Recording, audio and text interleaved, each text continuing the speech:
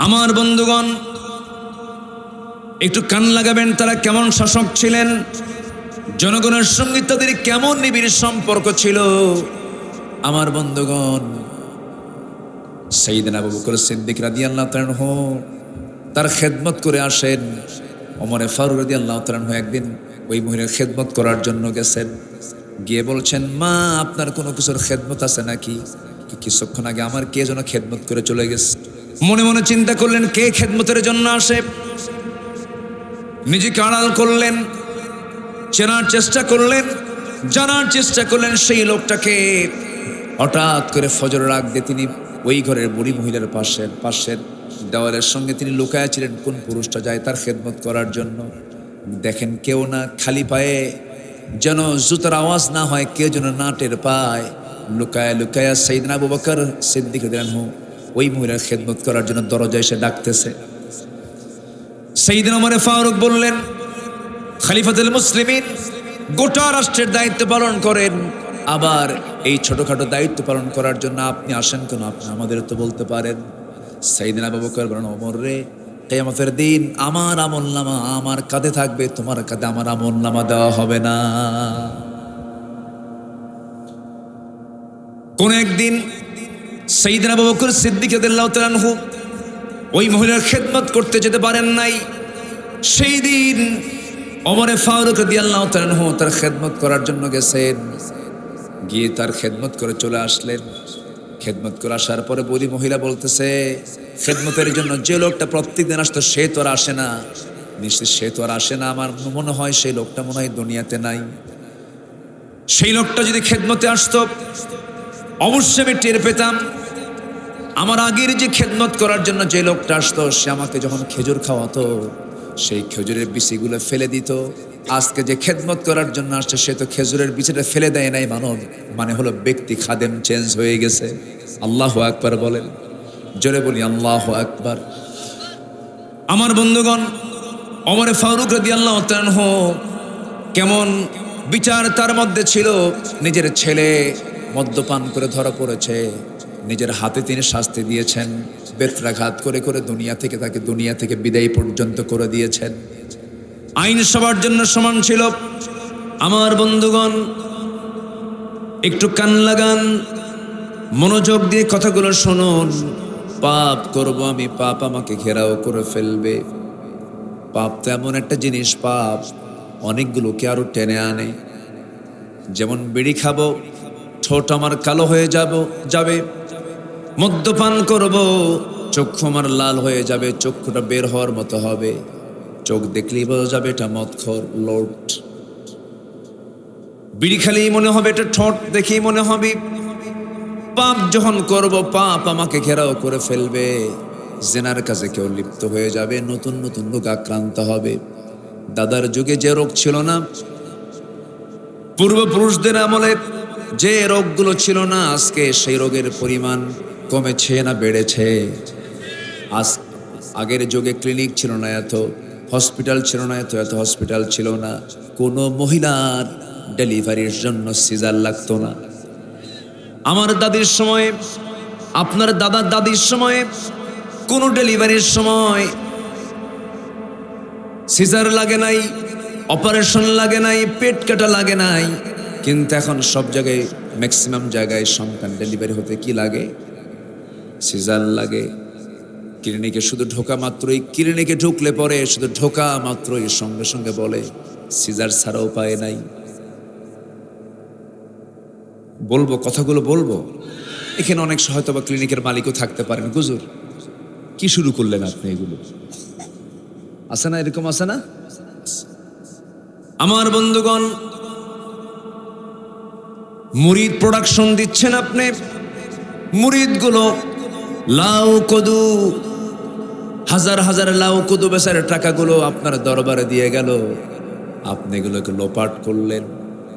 আমার বন্ধুগণ, আপনি ভাবতেছেন আপনি সামনের দিকে এগিয়ে যাচ্ছেন। না না, ধোঁকাবাজি করলে পরে সেই বান্দাকে আল্লাহ কখনো মাফ করবেন? আসতে বলেন না, মাফ করবেন। কোন বান্দাকে ঠকাবেন, আপনি নিজেই ঠকে যাবেন। কোন বান্দার হক নষ্ট করবেন, আপনি নিজেই ধ্বংস হয়ে যাবেন। আল্লাহ বলছেন পাপ তুমি করবে, পাপ তোমাকে ঘেরাও করে ফেলবে। বালা মান কাসাবা সাইয়্যাতান ওয়া আহাতাত বিহি খাতিআতুহু ফাউলাইকা আসহাবুন নার হুম ফিহা খালিদুন। জোরে বলুন আল্লাহু আকবার। সূরাতুল বাকারা আয়াত নম্বর 81 এবং 82 দুটো আয়াত আমি তেলাওয়াত দিয়ে শুরু করেছি। পাপ আমরা যদি ছেড়ে দেই তাহলে আমি জান্নাত পেয়ে যাব, পাপ যদি ধরে ফেলি পাপ আমাকে ধরে ফেলবে। এই পাপ আমাকে ধরে ফেলে শুধু ক্ষান্তই হবে না, শেষ পর্যন্ত আমাকে ওই পাপ আমাকে টেনে হেসড়ে জাহান্নামের দিকে নিয়ে যাবে। সেই জাহান্নাম থেকে বাঁচার জন্য এক নম্বরের চ্যালেঞ্জ হলো নিজের জীবনকে পাপ মুক্ত রাখা, গুনাহ মুক্ত রাখা। এটা সবচেয়ে বড় ক্যারিয়ার। সবচেয়ে বড় কি ক্যারিয়ার? মিল বানালাম, ইন্ডাস্ট্রিজ বানালাম, ব্যবসা বড় করলাম, বাণিজ্য বড় করলাম, জমি বাড়ায় নিলাম, গোটা মাঠ ভর্তি জমি ক্রয় করে নিলাম, বিশাল ধন সম্পদের পাহাড় বানালাম, নেতৃত্ব পেলাম, দল করলাম, নেতা হয়ে গেলাম, সামাজিক মর্যাদা পেয়ে গেলাম, সব কিছু পেয়ে গেলাম। কিন্তু আমলের ঝরে যদি ফাঁকা হয়ে যায় আমার ওই অর্জন দিয়ে কোনো লাভ হবে না। আমার সবচেয়ে বড় অর্জন হলো আমার আমল নামায় নেক আমল। কি আমল বলেন? কি আমল?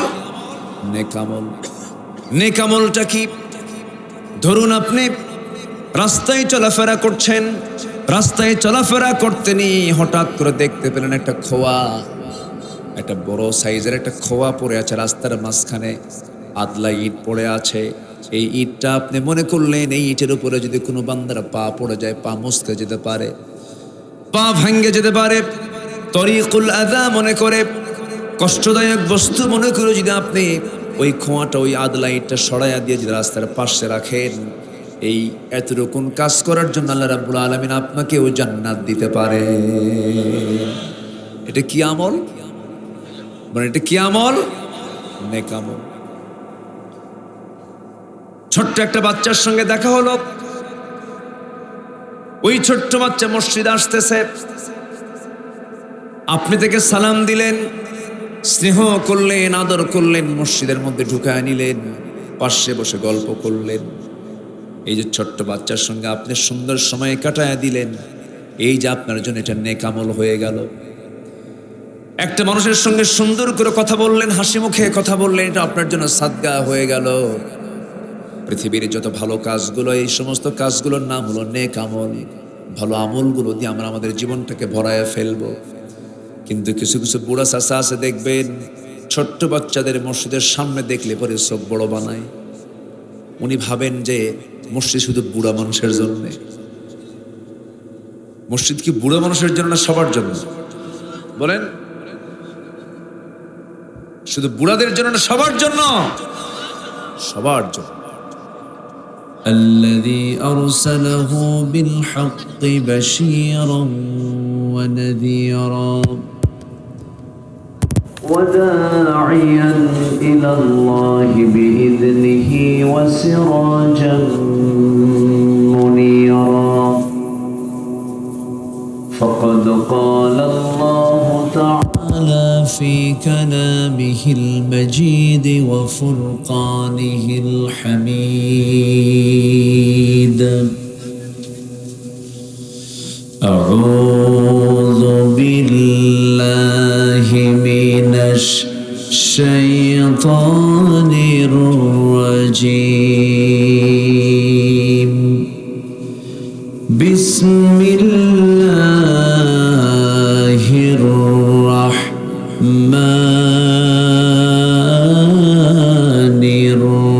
الرحيم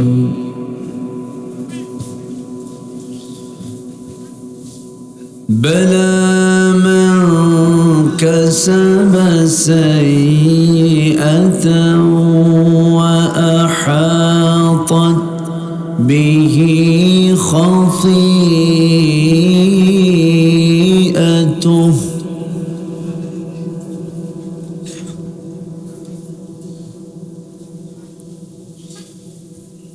فأولئك أصحاب النار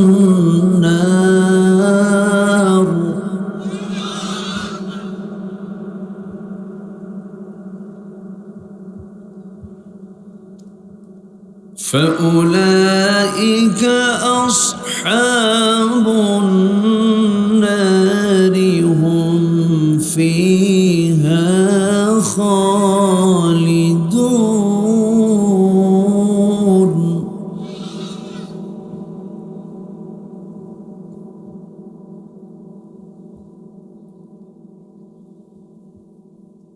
والذين آمنوا وعملوا الصالحات أولئك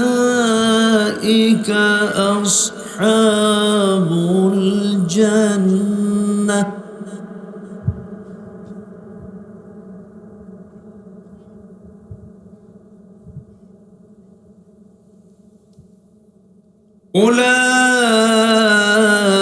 أولئك أصحاب الجنة هم فيها خالدون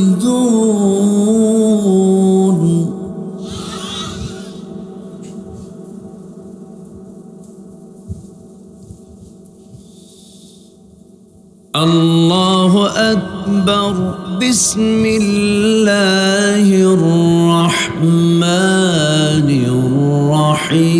الرحيم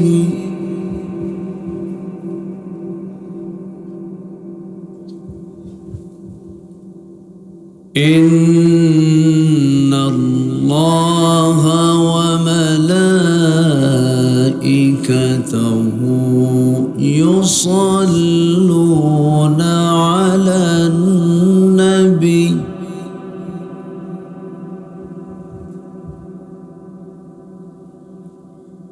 يا أيها الذين آمنوا صلوا عليه وسلموا تسليما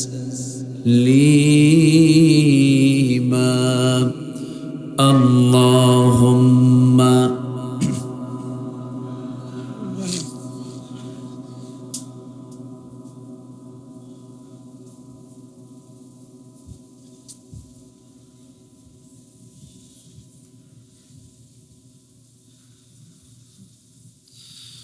اللهم صل على محمد وعلى آل محمد كما صليت على إبراهيم وعلى آل إبراهيم إنك حميد مجيد اللهم بارك على محمد وعلى آل محمد كما باركت على إبراهيم وعلى آل إبراهيم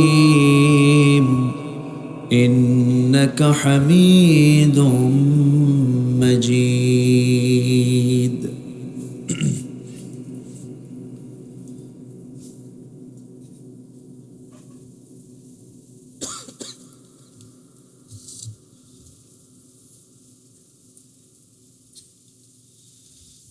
বৃহত্তর রংপুর বিভাগের দিনাজপুর জেলার নবাবগঞ্জ উপজেলার দারিয়া দক্ষিণ পাড়া হাফিজিয়া কওমি মাদ্রাসা এতিমখানা মাহফিল ইন্তেজামিয়া কমিটি কর্তৃক আয়োজিত মাদ্রাসা মাঠে অনুষ্ঠিত আজকের এই তৃতীয় বার্ষিকী তাফসীরুল কোরআন মাহফিল 2024 মহৎ আয়োজনের সম্মানিত সুযোগ্য সভাপতি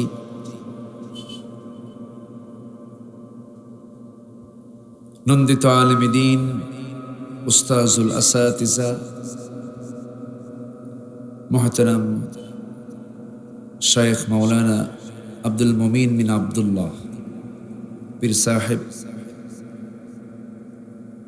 প্রধান অতিথি মাননীয় চেয়ারম্যান মহোদয় হাসান মোহাম্মদ সালাউদ্দিন মাসুম, কথা বলেছেন নন্দিত আলেমে দ্বীন মাওলানা আজিজুল হক জিহাদি, উপস্থিত হযরত উলামায়ে কেরাম, ফদলায়ে ইজাম, সুশীল সমাজ, জাতির শ্রেষ্ঠ সন্তান শিক্ষক মণ্ডলী, জাতির বিবেক সাংবাদিক বৃন্দ, সামনে উপস্থিত দূরে কাছের বিভিন্ন স্থান থেকে ছুটে আসা কালিমার ঝান্ডাবাহী, তাওহীদের পতাকাবাহী, দ্বীন ইসলামের নরসারদুল বীর মুজাহিদ, প্রাণ প্রিয় সম্মানিত দ্বীনি ভাইরা, আড়ালে বসে আছেন শ্রদ্ধেয়া সম্মানিতা মা বোনেরা, আলোচনার সূচনায় আনুষ্ঠানিকতার মধ্য দিয়ে আমার পক্ষ থেকে আবারও দিল খোলা সালাম, আসসালামু আলাইকুম ওয়া রাহমাতুল্লাহি ওয়া বারাকাতুহু। সবাই কেমন আছেন? আমাকে প্রশ্ন করলেন, আল্লাহ তাআলা আমাকে আপনার মতোই রেখেছেন, বলি আলহামদুলিল্লাহ। সারাদিনের এই গ্রামীণ জীবনের মানুষের হাড়ভাঙ্গা পরিশ্রম, সারাদিনের সকল কাজকর্মের ইতি টেনে ক্লান্ত শ্রান্ত দেহটাকে স্বস্তি দেবার জন্য যখন আমরা আরামের বিছানায় চলে যাব, ঠিক সেই মুহূর্তে আমরা বসে আছি কোরআনের টানে জান্নাতের বাগানে। যে মনিব আল্লাহ তাআলা আমাকে আপনাকে এমন সুন্দর আয়োজনে শামিল হওয়ার সুযোগ করে দিলেন, সেই জাল্লা শানুহুর দরবারে আমরা সবাই লাখ কোটি সাজুদ শুকর আদায় করি, মুহাব্বাতান বলে উঠছি আলহামদুলিল্লাহ। আবারও বলছি আলহামদুলিল্লাহ। সবাই বলছে আল্লাহুম্মা ইন্নী আসআলুকা আল হুদা ওয়াত তুকা ওয়াল আফাফা ওয়াল গিনা। সবাই বলি আল্লাহুম্মা লাকা আসলামতু ওয়া বিকা আমানতু ওয়া আলাইকা তাওয়াক্কালতু ওয়া ইলাইকা আনাবতু ওয়া বিকা খাসামতু। আমরা আল্লাহ তাআলার শুকর আদায় করে নিলাম। সবকিছুর একটি যৌবন কাল থাকে, যেমন মানুষের গোটা জিন্দেগির মূল একটি এনার্জি যেটা পাওয়া যায় যে সময়, যে টাইমে, সেটা হলো মূল টাইমটা হচ্ছে 25 থেকে 40 বছর। 40 বছর পার হওয়া মাত্রই চোখের যে জ্যোতি কমে না বাড়ে, দাঁতের শক্তি, চামড়া টাইট না ঢিল হয়, এনার্জি বাড়ে না কমে, কমে যায়। তো মাহফিল এটার একটা মূল যৌবন কাল আছে। সেই যৌবন কালটা হলো বড় জোর 9টা থেকে বড় জোর 11টা পর্যন্ত। ঠিক তো কিছুই নাই, কই ঠিক থাকবে। সেই যৌবনকাল পার করে আমি উঠছি বুড়াখালে। এখন এটা পিছু টান কাজ করে, স্বাভাবিক। এটা একটা জায়গায় বসতে বসতে ক্লান্তি আসে, উঠবো কখন, কোমর লেগে যায়, শুনতে শুনতে ক্লান্ত হয়ে যায়। যারা পড়াশোনা করেছেন, শেষ ক্লাস, প্রথম ক্লাসের যে মজা, যে একটা আনন্দ, শেষ ক্লাসে কি থাকে? শেষ ক্লাসে মনে হয় স্যার বের হবে কখন। তো লেখা থাকে আমাদের নামের আগে প্রধান বক্তা, কিন্তু মাহফিলে হয়ে যায় শেষ বক্তা। মুসিবত এটা, বুঝলেন না? পারি না, কিছু বলিও না, কি করবো আর। টাইম সিলেকশনটা হচ্ছে সবচেয়ে গুরুত্বপূর্ণ বিষয়। টাইম সময় মতো ওঠা শুরু হয়েছে। সময় মতো কোনো কিছু না হলে সেটার সৌন্দর্য থাকে না। ফুল যখন সুন্দর করে বের হয়, ফুল যখন নতুন করে তার পাপড়ি ছড়াচ্ছে, তার সৌন্দর্য, আর যখন ঝরে যাচ্ছে, সৌন্দর্য কি এক? তো টাইমিং এটা হচ্ছে সবচেয়ে গুরুত্বপূর্ণ বিষয়। এটা আমরা একটু খেয়াল করার চেষ্টা করব। জোরে বলি ইনশাআল্লাহ। প্রযুক্তির কল্যাণে এই মিডিয়ার মাধ্যমে আমি গোটা দেশের মাহফিল কমিটিকে যেহেতু বলছি কথা, এটাই জানান দিচ্ছি, এত কষ্ট করে লক্ষ লক্ষ টাকা খরচ করে কোরআন শোনার পরিবেশ তৈরি করলেন, কিন্তু মেহমানকে উঠায়া দিলেন এমন সময় যে সময় মানুষের যাওয়ার সময় হয়, লাভ হলো না। এই জন্য সময়টাকে উপযুক্ত সময়ে আমরা ব্যবহার করার চেষ্টা করব। জোরে বলি ইনশাআল্লাহ। কেউ যদি বিয়ে করে 40-এর পরে, 40-এর পরে বিয়ে করলে খুঁজে পাবেটা কি? বলেন তো, কিছু পাবে খুঁজে? পাবে না। এটাই তো জীবন, এটা টাইম, এটা সময়ের কাজ সময়ে করতে হয়, ঠিক কিনা? দেখেন যুবকরা কি বিয়ের কথা শোনা মাত্র অস্থির হয়ে গেছে। হুজুর আমার বয়স এত বেশি, আমার আব্বা বোঝে না। দেখেন এইদিকে আবার শুরু হয়েছে। ঠিক আছে, যুবকরা থাকো, আজকে ব্যবস্থা করে দেবো ইনশাআল্লাহ। জোরে বলি ইনশাআল্লাহ। আসুন আমরা মূল আলোচনার দিকে চলে যাই। গত বছর এখানে মাহফিল হয়নি না? হতে দেয়নি ফেরেশতারা, ফেরেশতারা দেয়নি। সেই নবাবগঞ্জের নবাবরা কোথায়? সে নবাবরা কি আছে? খুব বাড়াবাড়ি করেছিল। আলেমরা পালায় না, আলেমরা হাসতে হাসতে ফাঁসির মঞ্চ পর্যন্ত যায়। দেশের মাটিতেই তারা থাকে। হাসিনা আলেমরা পালায় না। অতএব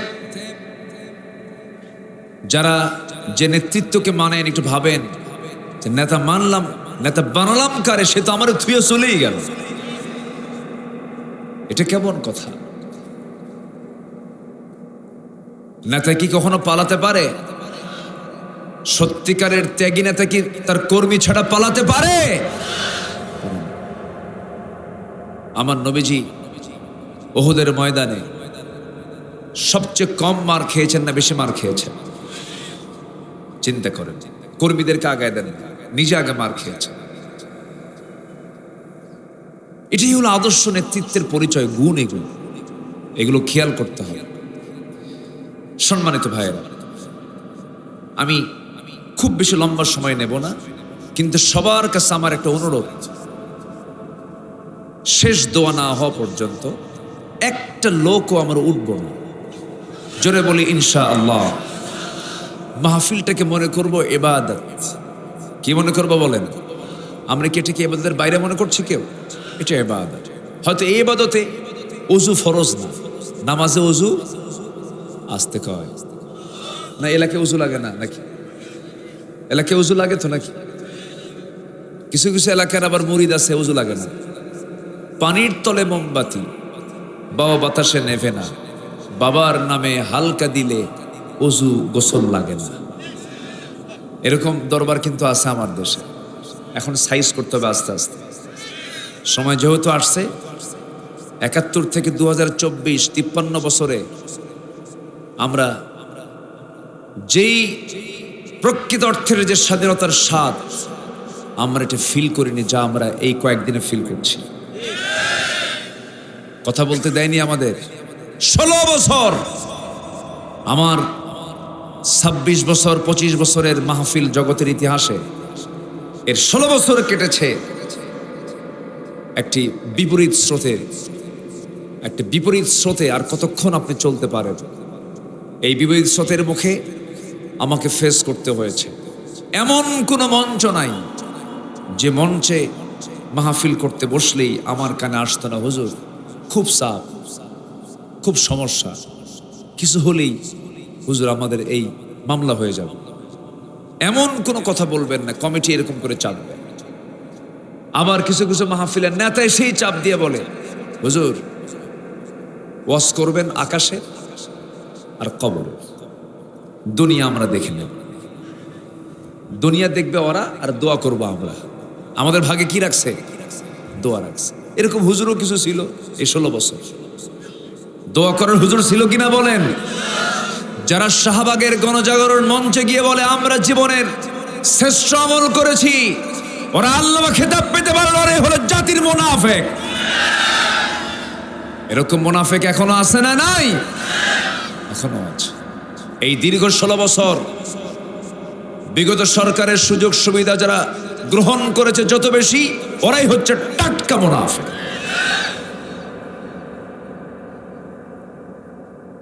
কষ্ট হচ্ছে নাকি আপনাদের? আলোচনা চালাই, জোরে বলে ইনশাআল্লাহ। আমাকে সময় দিচ্ছেন তো? কেউ যাবেন না।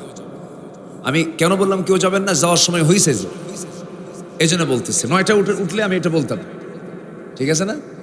জি, সম্মানিত ভাইয়ের, আসুন আমি মূল জায়গায় আস্তে আস্তে চলে যাচ্ছি। আজকে শিক্ষার এমন দুরবস্থা, 6 মাস আগেও একটা শিক্ষক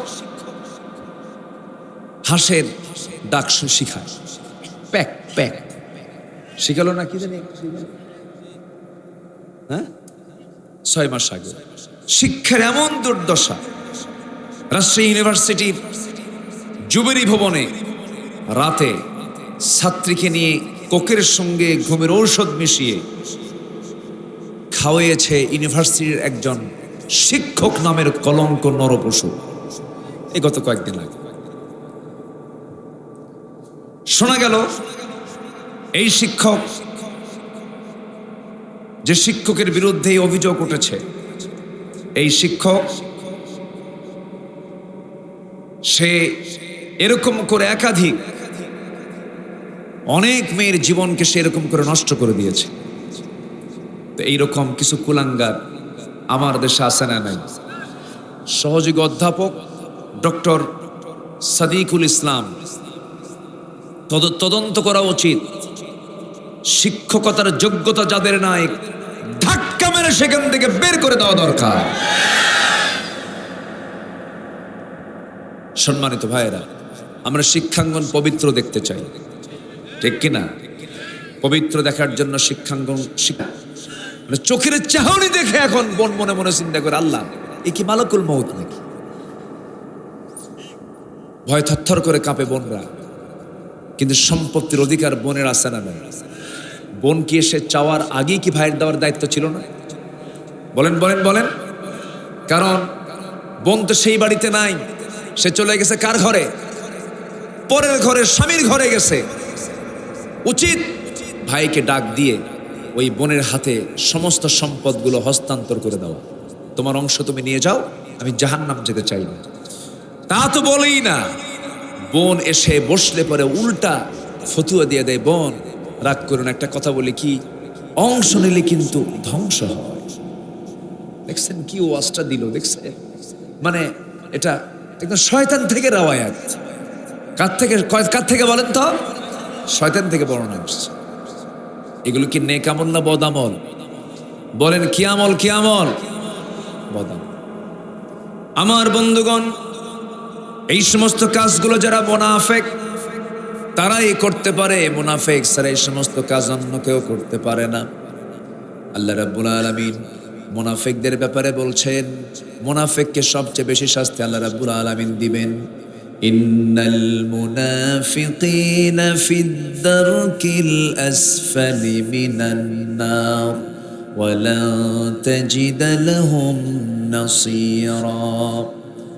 জাহান্নামের তলদেশ আল্লাহ তাআলা উদ্বোধন করবেন মুনাফিক দিয়া। কারণ কাফেরের দ্বারা, মুশরিকের দ্বারা, ফাসিকের দ্বারা জালিমের দ্বারা ইসলামের যতটুকু না ক্ষতি হয় তার চেয়ে বেশি ক্ষতি হয় হলো মুনাফিকের দ্বারা। মুনাফিক কাকে বলে, মুনাফিকের সংজ্ঞাটা কি, একটু আমরা শর্ট সময় হলেও বুঝে নেওয়ার চেষ্টা করব। হয়তো বুঝে নিয়েছেন ইতিমধ্যে, আপনাদের বোঝা শেষ হয়ে গেছে। হুজুর যে ওয়াজ শুরু করছে 2-3 দিনেও শেষ হবে না। একটা পয়েন্ট কেবল আমি বললাম, আর 9টা পয়েন্ট এরকম করে রয়ে গেছে।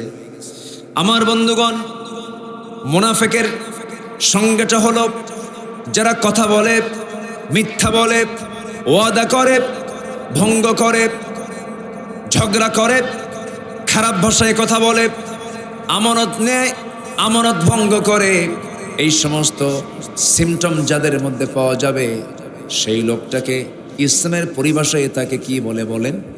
মুনাফিক বলে। এখন এই 4টা বদগুণ যার মধ্যে আছে সে হলো মুনাফিক, এই 4টা বদগুণ যার মধ্যে নাই সেই হলো মুমিন। আমার মনে হয় এই 4 বদগুণ এই দিনাজপুর জেলার কোনো মানুষের নাই। আছে আছে আছে। বায়নাপত্র আউট করে, ওই যে 1 লাখ বেশি কইছে, কয় লাখ বেশি কইছে, বায়না আউট। তোমার আমি জমি দেবো না, কেন আমার সঙ্গে তুমি এরকম বেদবি করলে, কেন সালাম দিছিলা? কি কথা কি বুঝতেছেন আপনারা?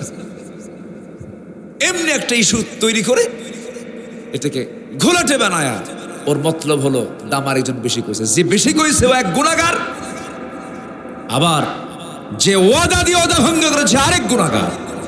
আছে না নাই? আরেক গুনাহগার। এগুলো ইসলাম হালাল করেছে না হারাম করেছে? হারাম করে দিয়েছে। মুনাফিকদের শাস্তি হলো মারাত্মক। মুনাফিকদের ব্যাপারে আল্লাহ রাব্বুল আলামিন তার রাসূলকে সরাসরি অর্ডার দিয়েছেন, ইয়া আইয়ুহান নাবিয়্যু জাহিদিল কুফফার ওয়াল মুনাফিকিনা ওয়াগলুয আলাইহিম ওয়া মাআওয়াহুম জাহান্নাম। হে রাসূল, হে নবী, আপনি জিহাদ ঘোষণা করুন কাফিরদের বিরুদ্ধে, মুনাফিকদের বিরুদ্ধে। মুনাফিকদের বিরুদ্ধে জিহাদ করতে বলেছেন আমার রাসূলকে কে? তাহলে মুনাফিকদের বিরুদ্ধে জিহাদ করার দরকার আছে না নাই বলেন?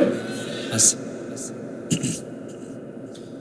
আমার ভাইয়েরা, কি পরিমাণ জুলুম শুরু হয়েছিল, কি পরিমাণ মুনাফিকি আমার দেশে শুরু হয়েছিল, কত মিথ্যা কথা, কত মিথ্যা শপথ শুরু হয়েছিল।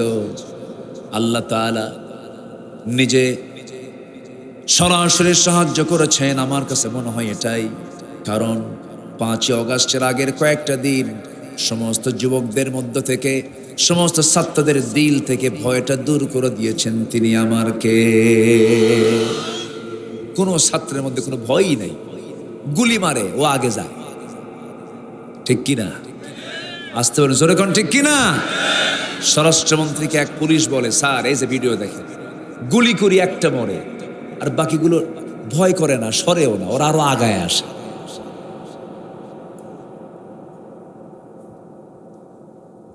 আল্লাহ রাব্বুল আলামিন বলেন, ইল্লা তানফিরু ইউআযিবকুম আযাবান আলীমান ওয়া ইয়াস্তাবদিল কওমান গায়রাকুম ওয়া লা তাদুররুহু শাইআ।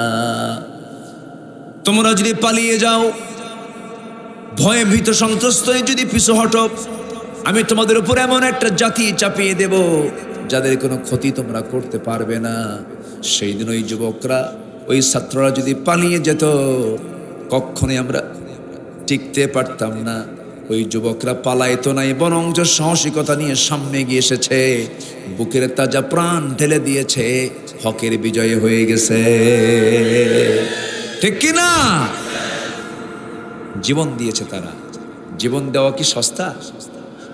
জীবন দিতে সাহস লাগে, সেই সাহস দিয়ে দেন কে? এই তো পাশেই, এখান থেকে মাত্র 30 কিলোমিটার দূর শহীদ আবু সাইদের বাড়ি, এই পাশেই।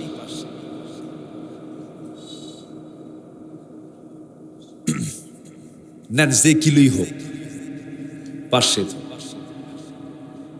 এই 20 কিলোমিটার 15-20 কিলোমিটার দূরে জাফরপাড়া, না জাফরপাড়ায়, হ্যাঁ বাপনপুর জাফর পাড়ায় শহীদ আবু সাইদ, আমি গিয়েছিলাম তার আব্বা আম্মার সঙ্গে, আমিও দেখা করে আসছি। চিন্তা করুন, ইংলিশের ছাত্র, মেধাবী ছাত্র, ইউনিভার্সিটিতে পড়েছে, মেধা আছে, যোগ্যতা আছে, সে গুলির সামনে দাঁড়ায় গেছে, দুহাত উঁচু করে বুকটা পাতা দিয়ে বলে, কত গুলি চালাবি চালা, জুলুম শাহীর পতন চাই। পড়াশোনা করব আমরা আর চাকরি পাবে আরেকজন, এটা হতে পারে না। বৈষম্য দূর করতে গিয়ে যারা আন্দোলন করে, জুলুম বন্ধ করার জন্য যারা আন্দোলন করে, দুনিয়া থেকে বিদায় হয় ইমানি হালত যদি হয়। রাসূল বলেছেন, আগুনে পুড়ে মারা গেলে সে শহীদ, পানিতে পুড়ে মারা গেলে শহীদ, শুক্রবারে মারা গেলে সে শহীদ। সম্মানিত ভাই, পেটের পীড়ায় যদি কেউ মারা যায় শহীদ। কি সহিহ হাদিস। জুলুমকে নিশ্চিহ্ন করার জন্য, হককে প্রতিষ্ঠিত করার জন্য, জালিমের বিরুদ্ধে লড়াই করে যারা মারা যায় তারাও শহীদ। আমাদেরকে আবার এগুলোর বিরুদ্ধে বলে, দেখ হুজুর ফতুয়া দিল, এখনো মানে ওত পেতে আছে। দুষ্টরা আছে না নাই? দুষ্টগুলো আছে না নাই? মাথা মোটা রাখা যাবে না, কান খাড়া করে থাকতে হবে, সজাগ থাকতে হবে, দেশকে পাহারা দিতে হবে, কোন জালিমরা যেন আর মাথা উঁচু করে না দাঁড়াতে পারে। ঠিক কিনা? চাঁদাবাজি করতে দেখলে এক হাত ভেঙে দেবে। কি আসতে কোন কেন? জোরে বলেন ঠিক কিনা? যে চাঁদাবাজি করতে আসবে ধরে ফেলবেন, ডাকাতি করতে আসবে ধরে ফেলবেন। আপনি একজন, আপনি একাই একটা বাংলাদেশ, এটা মাথায় রাখতে হবে। আমার দেশকে আমাকে গড়তে হবে। আমার বিশ্বাস, যদি সঠিক একটা নেতৃত্ব দেশে আসে, এই দেশ পরিবর্তন হতে বেশি দিন লাগবে না। এদেশের মাটি সোনার চেয়েও খাঁটি। আমার দেশের এমন কোন দিক নাই প্রাকৃতিক সম্পদ জানাই। অনেক দেশে আপনি পাহাড়ই খুঁজে পাবেন না, আমার দেশে পাহাড় আছে, নদী আছে, খাল আছে, তারপরে কি বলে কয়লার খনি আছে, গ্যাসের খনি আছে, স্বর্ণের খনি আছে। সোরের খনিটা ছিল, বোঝেন নাই? এখনো কিছু আমলা টামলারা আছে, আছে কিনা বলেন? আমি কি দোয়া করে দেব? 12টা বাজে কিন্তু, আসেন দোয়া করি, বসেন। তাহলে আবার একটু টাইম নিলাম, দয়া করে কেউ উঠবেন না। আর একটু সময় নিয়ে এই 10টা পয়েন্ট আমি আস্তে আস্তে করে শেষ করার চেষ্টা করব। জোরে বলি ইনশাআল্লাহ। মুনাফিকদের দোয়া কবুল করেন না কে? তাহলে দোয়া কবুলের শর্ত হলো মুনাফিকি করা যাবে, মিথ্যা কথা বলা যাবে, গীবত করা যাবে, ওয়াদা ভঙ্গ করা যাবে, আমানতের খেয়ানত করা যাবে, বোনের সম্পত্তি মেরে খাওয়া যাবে, হিংসা করা যাবে। যাবে? অন্যের বউ খুব ভাল লাগে, নিজের বউ ভাল লাগে না। এ আকাম কুকাম না কিছু বদমাইশ আছে না নেই? আছে না নেই বলেন তো? ওকে ধরছে বুড়া শয়তান। ওকে কি শয়তান ধরছে? বুড়া শয়তান। জেনার একটা ক্লাস আছে। যেরকম অবিবাহিত কোনো যুবক যদি জেনা করে, তার শাস্তি হলো 100টা বেত্রাঘাত, মিয়াতে জেলদা। কার হুকুম এটা? কোরআনে এমন আয়াত আছে না নাই? মিয়াতে জেলদা কোরআনের আয়াত এটা। যদি কোনো বিবাহিত বুড়া জেনাকার যদি জেনা করে, আর শাইখুজ জানি, হাদিস আসছে আর শাইখুজ জানি, বুড়া জেনাকার যদি জেনা করে, বুড়া হয়ে গেছে জেনা ছাড়া না। ওই যে ইঁদুর বুড়া হলেও কি কাটা বাদ দেয় না। হ্যাঁ, আচ্ছা, যাই হোক, এলাকার কিছু লোকাল ভাষা আমি একটু শেখার চেষ্টা করছি। আপনাদের ভাষাগুলো অনেক মজার, বলি আলহামদুলিল্লাহ। আপনাদের তুমি আপনি একসঙ্গে হয়ে যান, তাই না? তুমি আপনি এটা একসঙ্গে হয়ে যায়, খুব মজা লাগে। তুমি থেকে কখন আপনি হয়, আপনি কখন তুমি হয়, এটা বোঝা যায় না। নওগাঁর দিকে গরুকে গরুওয়ালা বলছে, কে গরু আপনি খাবিন তো খাবিন, না খাবিন তো গুদগুদাবিন না। বুঝলেন? গরুকে আপনি বলে। একটা দেশের কত ভাষা, এই ভাষাগুলো কে দিয়েছেন বলেন তো? আল্লাহ দিয়েছেন। তাহলে মুনাফিকি আমার ভিতর থেকে দূর করতে হবে। এই চেষ্টা করবে কে? আল্লাহ চেষ্টা করবে না? মুনাফিকি দূর করার জন্য চেষ্টা করবে আল্লাহ। সাহায্য করবেন কে? চেষ্টা করতে হবে আমাকে। 12টা বাজে তো, মাথা কাজ করতেছে না কারো? সমস্যা নাই তো? আল্লাহ রাব্বুল আলামিন বলেন মুনাফিক কারা? وَمِنَ النَّاسِ مَن يَقُولُ آمَنَّا بِاللَّهِ وَبِالْيَوْمِ الْآخِرِ وَمَا هُمْ بِمُؤْمِنِينَ। এই সমস্ত লোকগুলো এরা বলে আমরা ঈমান এনেছি, পরকালকে বিশ্বাস করেছি, কিন্তু আল্লাহ বলছেন না না, এরা ঈমানই আনে নাই, ঈমানই আনে নাই। আপনি কই যান? বসেন, আপনি গেলেই আপনাকে ফলো করার একজন যাবে। বসেন। জি, আমি কষ্ট দিয়ে যাচ্ছি, আপনারা কষ্ট মনে করলেও আমার কিছু যায় আসে না, কারণ একটু কষ্ট দিয়ে যাব আজকে। একটু বসেন, কষ্ট মনে করা যাবে না, এটা ইবাদত। একজন দেখলে আরেকজন ফলো করে, একজন উঠলে আরেকজন তাকে ফলো করে। একটু বসেন। মুনাফিকি দেখেন, মুনাফিকদের জন্য আপনি যদি দোয়া করেন, আপনি যত বড় আল্লাহর হন, মুনাফিকদের জন্য দোয়া করলে আপনার দোয়া আল্লাহ কবুল করবেন না। তাহলে পাপীর জন্য দোয়া করলেও সেই পাপীর দোয়া কবুল করেন না কে? আল্লাহ। এটাও কিন্তু একটা বিষয়। এই তো লাইনে আসছে, এই যে বলে দিচ্ছে, দেখেন আলেম মানুষ থাকলে যা হয়। মনে ছিল না আমার নবী নিজে, আমার নবী তার জীবদ্দশায় মুনাফিকদের লিডার, মানে বনু নাজির, বনু কুরাইজা, এই ইহুদিদের সঙ্গে সবচেয়ে গভীর সম্পর্ক যে মুনাফিকটার ছিল, বদর যুদ্ধ, উহুদ যুদ্ধ, খন্দকের যুদ্ধ, সব যুদ্ধের প্যাঁচ লাগায় দিয়েছে যে হোতা আব্দুল্লাহ ইবনে উবাই ইবনে সুলুল। এই লোকটা, এই মুনাফিক নবীর জীবদ্দশায় মারা গেল। মারা গেলে নবীর কাছে সংবাদ আসলো, তার ছেলে ছিল খুব ভালো আল্লাহওয়ালা, একজন ভালো সাহাবী। নবীর কাছে এসে বললেন, ইয়া রাসূলুল্লাহ, আমি জানি আমার বাপটা খারাপ মানুষ, কিন্তু আমার তো বাপ, আমার তো জন্মদানকারী, আমি তো সেই বাবার কোলে বড় হয়েছি, আমার মধ্যে তো কিছু দয়া মায়া আছে হুজুর। আপনি আমার আব্বার কাফনের জন্য, দাফনের জন্য আপনি একটা জুব্বা আপনি আমাকে দান করুন, আমার আব্বার গায়ে আমি এটা পড়াইয়া দেব। আমার নবীজি মানা করলেন না।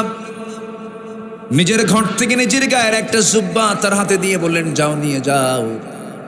কিছুক্ষণ পরে সে বলছে, হুজুর গোসল করায় দিয়েছি, কাফনের কাপড়টা পড়ায় দিয়েছি, জানাজার প্রয়োজন হবে। জানাজা আপনি যদি আমার কথা একটু শুনতেন, দয়া করে আপনি আমার আব্বার জানাজা আপনি একটু পড়াবেন। আমি যেন, আমার বাবা খারাপ মানুষ, আমার নবীজির ভিতরে দয়ার পরিমাণ সবচেয়ে কম না সবচেয়ে বেশি? সবচেয়ে কম না সবচেয়ে বেশি? আমার নবীজি কাউকে কটাক্ষ করে কথা বলতে পারতেন না। আমার নবীজি মিষ্টি মুখে কথা বলতেন, কাউকে ধমক দিয়ে কথা বলেন নাই। এমনকি আমার নবীজির হাতের আঘাতে, তরবারের আঘাতে এই দুনিয়ার একটা কাফের লোক মারা যায় নাই। যুদ্ধাহত হয়ে গেছে, নবীজি আঘাত করেছেন, শুধু প্রতিহত করেছেন, ডিফেন্সে ছিলেন, কিন্তু রাসূলের আঘাতে কেউ মারা যায় নাই। আমার নবীজি খুব দয়ার সাগর ছিলেন। আমার নবীর কাছে যে আসতো সেই ঠাই পেয়ে যেত। আমার নবীজি কড়া মানুষ ছিলেন না, খুব নরম মানুষ ছিলেন। যদি কড়া হতেন, মেজাজি হতেন, কেউ তার সামনে আসার সাহস পেত না। ফাবিমা রাহমাতিম মিনাল্লাহি লিনতা লাহুম ওয়ালাউ কুনতা ফাযযান গালিযাল কলবি লানফাদ্দু মিন হাওলিক ফাআফু আনহুম ওয়াস্তাগফির লাহুম ওয়াশাবিরহুম ফিল আমরি ফাইযা আযামতা ফাতাওয়াক্কাল আলাল্লাহ। জোরে বলুন আল্লাহু আকবার। আমার নবীর কাছে সব ধরনের, সব বর্ণের, সব শ্রেণীর মানুষগুলো আমার নবীর কাছে এসে চান্স পেয়ে যেত, ঘন্টার পরে ঘন্টা কথা বলার সুযোগ পেয়ে যেত। আমার নবীজি যখন শুনতে পেলেন সাহাবী তার বাবার জানাজায় যাওয়ার জন্য আমন্ত্রণ জানাচ্ছেন, আমার রাসূল মনে মনে চিন্তা করলেন, আরে আমার তো সাহাবী, তার বাবা দুনিয়া থেকে বিদায় নিয়েছে, তার যেহেতু বারবার আবদার, আমি কেমনে করে জানাজায় না যাই। নবীজি জানাজায় চলে গেলেন। জানাজা শুরু হয়ে যাবে, মুনাফিকের জানাজা। আমার নবীজি জানাজায় দাঁড়িয়ে গেছেন। সাহাবে কেরামদের মধ্যে একজন ওমর ছিলেন। ওমর ছিলেন একটু মেজাজি মানুষ। নবীজি আস্তে করে রাসূলকে জুব্বা টান দিয়ে বলতে, হুজুর আপনি কার জানাজায় আসছেন? সে তো মুনাফিকদের লিডার ছিল। রাসূল বললেন, ওমর রে, আমি জানি এই লোকটা মুনাফিক, কিন্তু আমাকে বাধা দিও না, আমি জানাজা পড়াইয়া যাই, আমাকে বাধা দিও না। আমার নবীজি জানাজায় শামিল হলেন, জানাজার নেতৃত্ব পর্যন্ত দিলেন। জানাজা সম্পন্ন হয়ে গেল। জানাজা শেষ হওয়ার সঙ্গে সঙ্গে আয়াত নাজিল হলো, ইস্তাগফির লাহুম আও লা তাস্তাগফির লাহুম ইন তাস্তাগফির লাহুম ৭০ মাররাতান ফালান ইয়াগফিরাল্লাহু লাহুম। আপনি মাফ চান আর না মাফ চান, আপনি যদি মুনাফিকদের ব্যাপারে ১০০ বারের বার ৭০ বারের যদি বেশি বার যদি আপনি তাদের জন্য মাফ চান, আমি আল্লাহ আপনি নবী হলেও কি হবে, আমি আপনার দোয়াও কবুল করব না। তাহলে মুনাফিকের দোয়াও কবুল হয় না, মুনাফিকের পক্ষে যারা দোয়া করে তাদের দোয়াও কবুল হয় না।